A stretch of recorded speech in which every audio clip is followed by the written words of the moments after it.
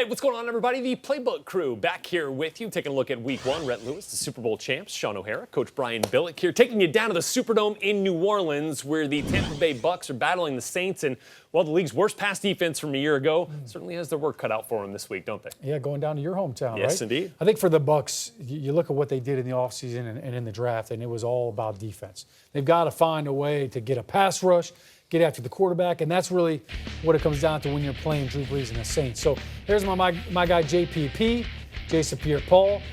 I think he's got a lot of good football left in him. I think he's one of those guys that we used to say he had go-go gadget arms. His arms are so long. Gerald McCoy, you put those two next to each other, and then you add Vinny Curry.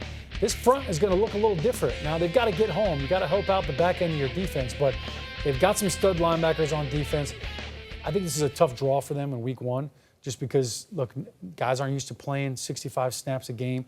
You know the Saints are going to be formationing and personnelling you to death, and guys aren't going to be ready to play the entire game. So attrition could be a factor here, but this defense, I think, will look a lot better up front. Yeah, I mean, Drew Brees, worst secondary in the NFL. Not sounding like a good combination, but I think they are going to play them a lot better because of that front. That'll help them on the back end. The question is what they do with Alvin Kamara. I mean, that matchup is a nightmare for everybody.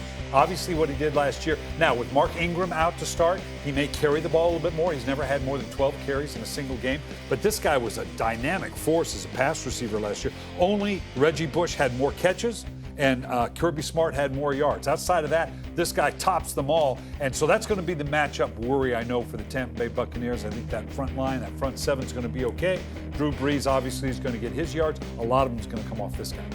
We got to mention Ryan Fitzpatrick in this game. Yeah. No Jameis Winston. That's right. Fitzpatrick, look, I think he can run an offense. Yeah. The tough thing for him is going to be, all right, if it's all on him, if he's trying to play keep up with Drew Brees, that's when he gets in trouble. We saw him in that playoff game a couple years ago with a season on the line.